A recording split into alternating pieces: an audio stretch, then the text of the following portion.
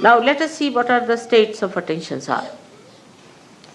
Either your attention would be a cunning attention. Anything you see from a cunning angle. Many people develop that in an ego-oriented society. And moreover, if you are sort of possessed by cunning bhoots, then God save you and save others. Like the cunning attention would be that anything you see, you start thinking, what advantage I can take out of this? How much money I can save, you see. It's very, very quick. It would be cheaper this way. If I go by this way, I'll save some time. You see, save pounds, save time, save everything and save your own self. So just to save, you are going on. The attention becomes cunning when you try to save money. Save here, save there, with your own calculations. But if you try to save the money spontaneously, actually there's nothing to be tried, just it happens that you save. But the cunning attention tries all the time to be smart about things. It argues,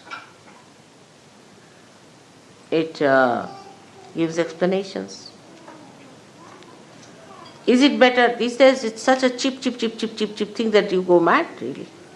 Like I had a ticket to go to America. I said, don't give me an expensive ticket, first class, or I'll go buy a cheap ticket. So they gave me a ticket of such a kind that I would never have come back to London, at least for a year. And I would have lost in that American English, I tell you, somewhere. So it's so much I've worked out, this into that. That kind of a horrible attention is useless. Leave it. Forget it. With that saving also, I have not seen anybody becoming rich.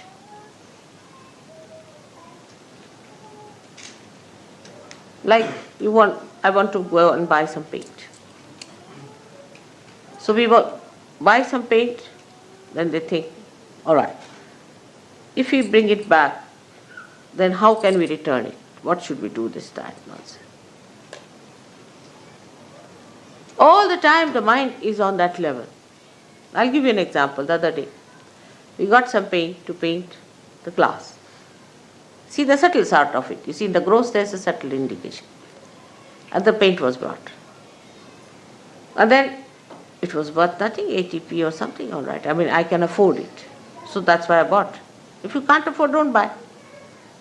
So they said, now we should return.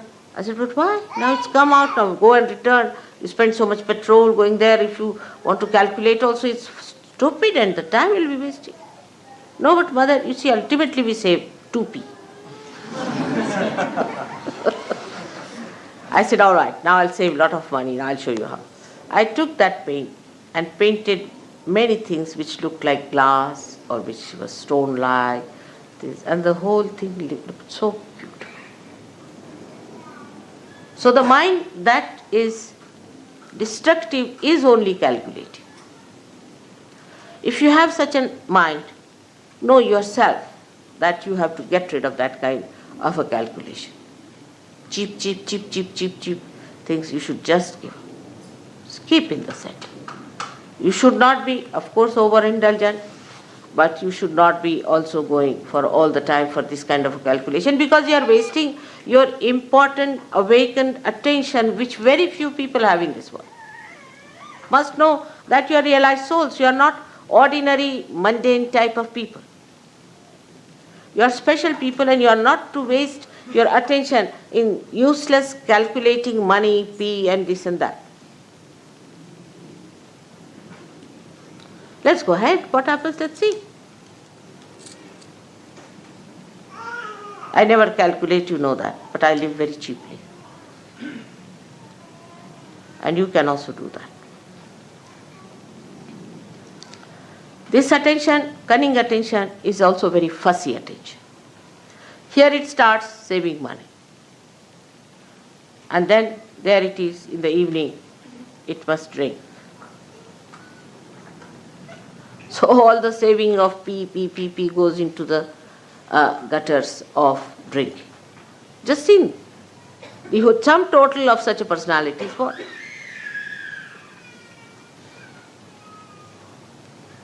So this mentality has to be controlled, especially for ego-oriented people are extremely calculating, most surprising it is.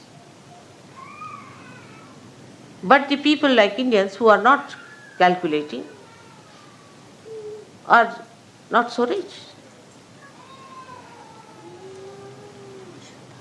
They are very generous. They always have money for Sahaja Yoga.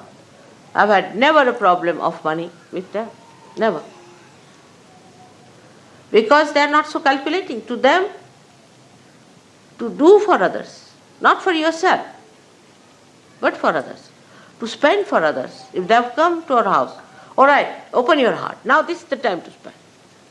Not for drinking and self-indulgence, but for the indulgence of doing for others. That's their practice and tradition. So, in this respect, you have to take to that tradition. Oh, they have come, let's spend now. What can we do?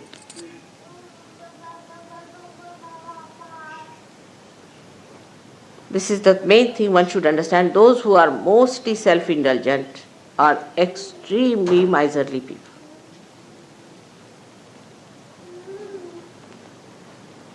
So the attention which is cunning is the worst attention, because you see, cunningness also cheats yourself. It is cunning with you. And you think, oh, I've been smart enough, you see, I've saved 2p. But you have lost your soul. You are no more a Sahaja Yogi.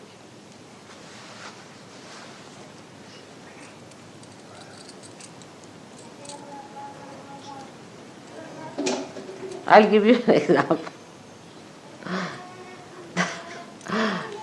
I told somebody that keep the van down there. Go by train. This van seems to be a horrible van. And there was a lot of, explanation with both the fingers going on like this to me, you see. And I got so fed up with the bombshells coming on me that I said to go ahead. And the thing fell. And the thing got spoilt or whatever it is out of order now. So they had to do what I was telling them. Without the bombshell, if they had listened to me, it would have been all right. So your attention should not be on saving material things and worldly things and all that, but attention itself must be saved. Ask a question, where is my attention? I've seen in the program, some people are concentratedly listening to me, but some people cannot. Some are concentrated for a short while, and some get disinterested after some time. Some are looking there, some are looking there. So how much attention you have saved is the only concern of a Sahaja Yogi. Forget about others. They are all garbage cleaners, you see. Forget about others who are not seeking, who are not of your quality. But you are a quality. Now what do you have to save?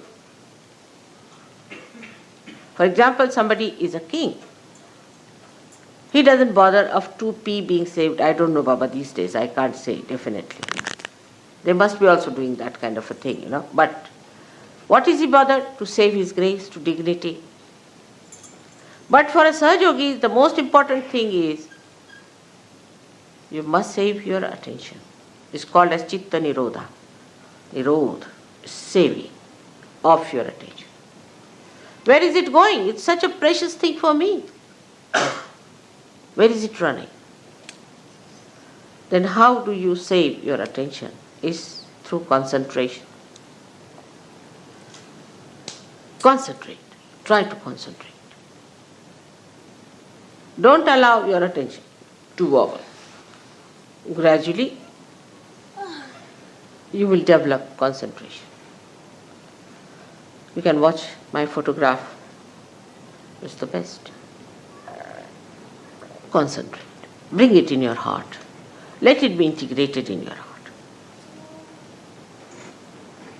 You are lucky people. You don't have to build up a photograph and then give it up because it is just a avalambana, means it's just a dependence, and then you remove it. It's a complete dependence for you and a load for me of complete joy. So when you are concentrating in Sahaja Yoga, absolutely fully in Sahaja Yoga, then you are controlling, saving your attention one. This is one type of people. Then the another type of an attention, what we call, are the people who are sort of take a very negative attitude. The first are the positive, so-called positive, who are saving money, saving everything. That is useless.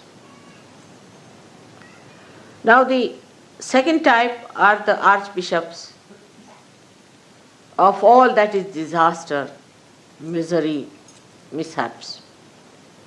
This type of an attention. If you read newspaper every morning, you will have attention like that.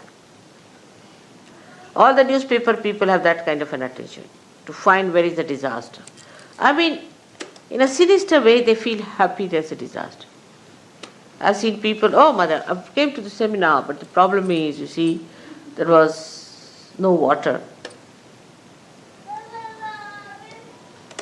The attention is in finding disasters, within and without. What happened? There's a disaster. What happened? I lost a pin.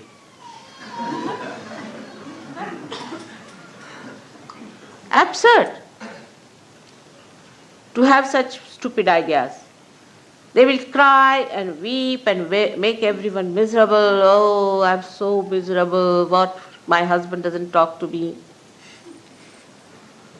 Or my child is not with me. Such people are extremely self-indulgent as far as their relationships are concerned. They make everyone like that.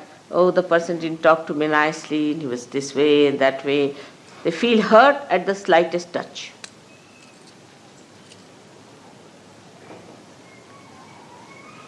And by that, they think they are saving their emotions, if not the material thing.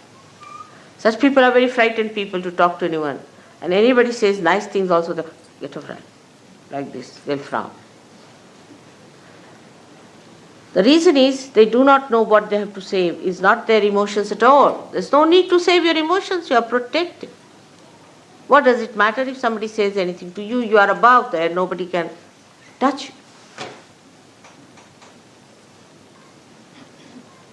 You are wasting your attention all the time by trying to save your emotions.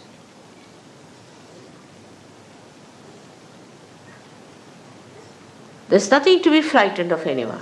Because somebody is going to say something harsh word, that's why you don't want to do something. Such compromising people, so-called, have not understood Sahaja Yoga.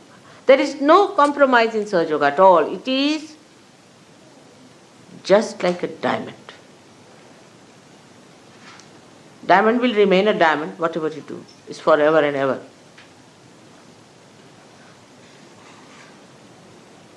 It's like that. So one has to understand that the attention should not be allowed to drift into this kind of an indulgence which is of a drunkard. That they are the most miserable people, the drunkards are. Just imagine. They'll be always crying, weeping, and people would think they are very miserable. So what you have to save at that time is your attention from such indulgences into useless expression of your fear about your emotions. The third one is a very horrid, idiotic one.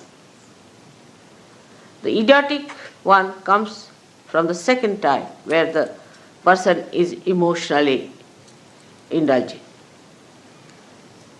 That is the A of the third. And the B of the third comes from the first type, which is stupid. So we have two types of people. One idiotic and another are stupid. But in Indian language, there's only one word, especially in Marathi, is murkha. They don't, for them both categories are the same, as if the circle meets at the same point.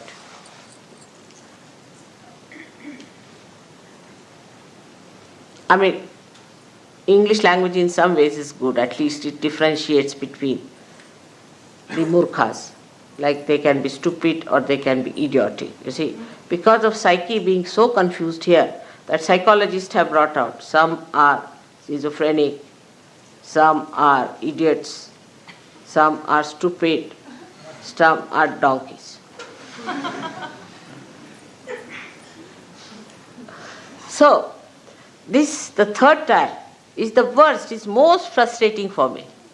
They'll stick on to me like leeches, they'll be saying stupid things all the time.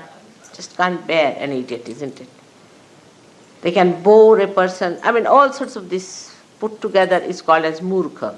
So I don't want to analyze it, it's a bit too much. So that kind of an attention you have, then you better keep quiet.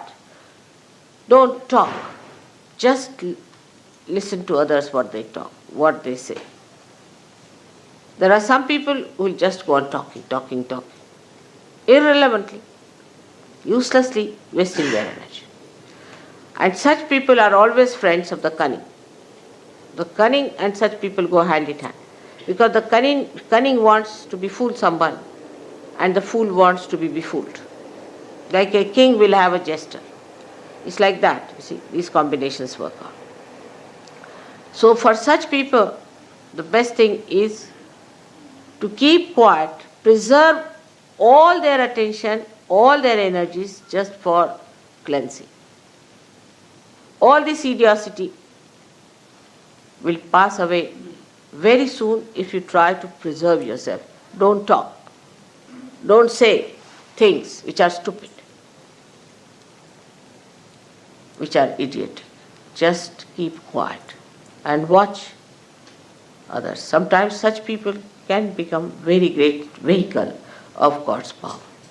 But if they do not take to stupidity and idiocy. This is the type of people, three types I would say. But the fourth type are the people who lead a life of concentration. I mean, a person who is working very hard, say in the office, is a very remarkably successful person, and is this and that and that and that and that, is also very concentrated. Somebody who works very well anywhere with a concentrated mind is concentrated. A housewife who looks after her husband and children is very concentrated.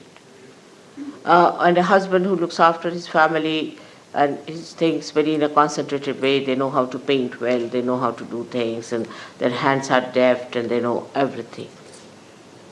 But such people can have a very immobile attention, very immobile, like plastic. Or you can call it like rubber. At the most, to improve on it, we can say, like some of the things I've seen which you use for damp proofing. See? You just apply it, after some time it's just parched into it. They just can't get out of it. They just can't. They can't enjoy anything. Unless and until you show them a file, you can't talk to them. You see, if you have to talk to such a person, better take a file before you. And before starting, you put the file before. If it is on the file only, they will see. But if you talk, they said, make a file. Very parched. And they cannot enjoy life. There's no mobility. They cannot be creative. They can be creative only as far as their style is concerned, but not the creative of the joy. So that kind of concentration is there. Concentrated effort people put in. Like there are people who are fanatics. They are very concentrated in their effort, extremely. That's how all these religions have spread, like Christianity, Islam, Hinduism and all that, because they had a concentrated effort of fanaticism. Concentrated effort. If you read the letters of Paul in the Bible, you will see the concentration of it. You go there and you go there and establish a church and do this and what have you done. Very organized, very systematic, absolutely moving like a belt on a machine. And they all the time have that after effects of that movement.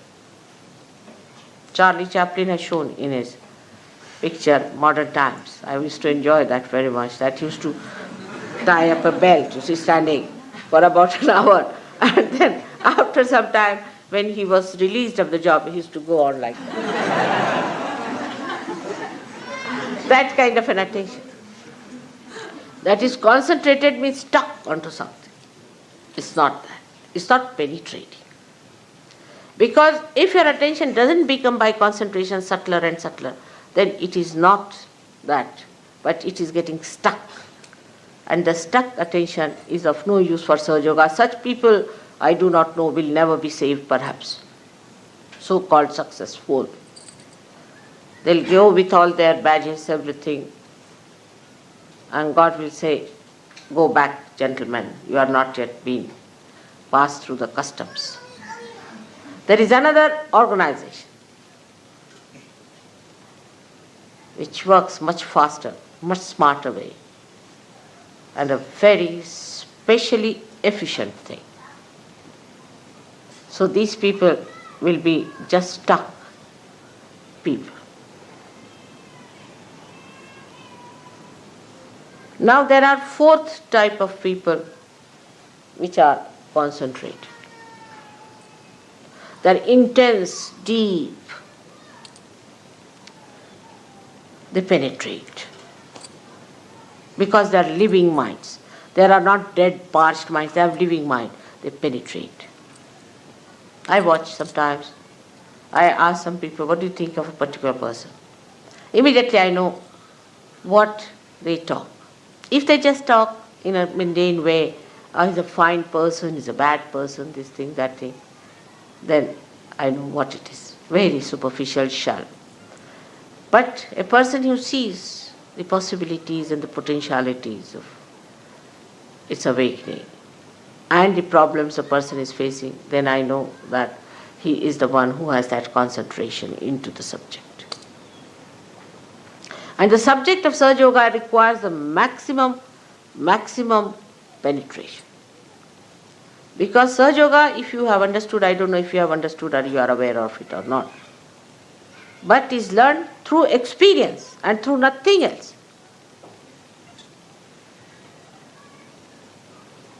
You have to experience and then believe into it. It is not that what I told you is a conditioning on your mind, nothing. You experience it yourself and learn. But those who have that penetrating intelligence, who have that penetrating love, emotions, and those have that penetrating movement of their understanding, they are the one who experience, learn, experience, learn, experience, learn. They do not allow their mind to play on them. No. This mind of mine has got experiences of the past and is based on that. No, I have to take every day a new experience. And that experience must be silenced within me, must be sustained within me, must be conditioned within me. Sahaja Yoga experiences are the good conditionings. How can it be? I have seen it, I have faced it, I have had it. How can it be? But for that also to have the best experiences, first condition is of Ruttambhara, Pragya, where you should be of that level that you really get those experiences. Otherwise you will be just a mundane type of person all the time. And you may live with me, but you will not have those experiences. You will not have that blissful feeling. Nothing. That joy. So this penetration starts by your meditation and sustenance of the meditation and the samadhi seed sprouting, manifesting the new dimension.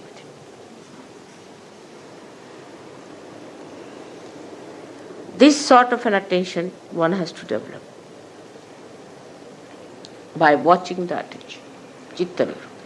As you watch your money, as you watch your road when you drive, as you watch your child when it is growing, as you watch the beauty of your wife or the care of your husband, all put together, you watch yourself, your attention. Where is it going? Where is it lagging behind? What is happening to my attention? Such people have no problems. You'll be surprised that such people, when they want to do something, it becomes dynamic. They can work it out. Nobody has any problem. And if there is a problem which you are facing all the time, and you then know that there's something wrong with you, something is wrong with the instrument. If you don't have a tin cutter and you start using a knife to cut a tin, it doesn't work out, then you'll say the tin is something wrong with the tin or something wrong with you. No, it's wrong with the instrument, and that instrument has to be correct. When the instrument is all right, after all, with all the powers you have, with all the blessings you have, and the source of power behind it, everything should work out. It should work out. You have had experiences of things working out. You have had experiences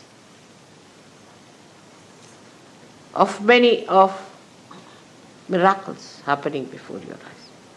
But still the attention has not settled down with those experiences. Still gatanubhavas, means the old experiences continue. Old identifications continue. Still continue with that. And the filth of that is still on your being. Change everything. Become a fresh new person. You are blooming out as a flower, and then as a tree, and assume your position. Assume your position as the Sahajogi. So this attention must be brought round. You judge yourself, where is your attention? And what is the point of understanding? What is the measure of understanding? It's very simple. I have to be pleased, because I am the attention. If I am pleased, then you have done the job. But I cannot be pleased by mundane things, by any arguments with that, but only by your assent.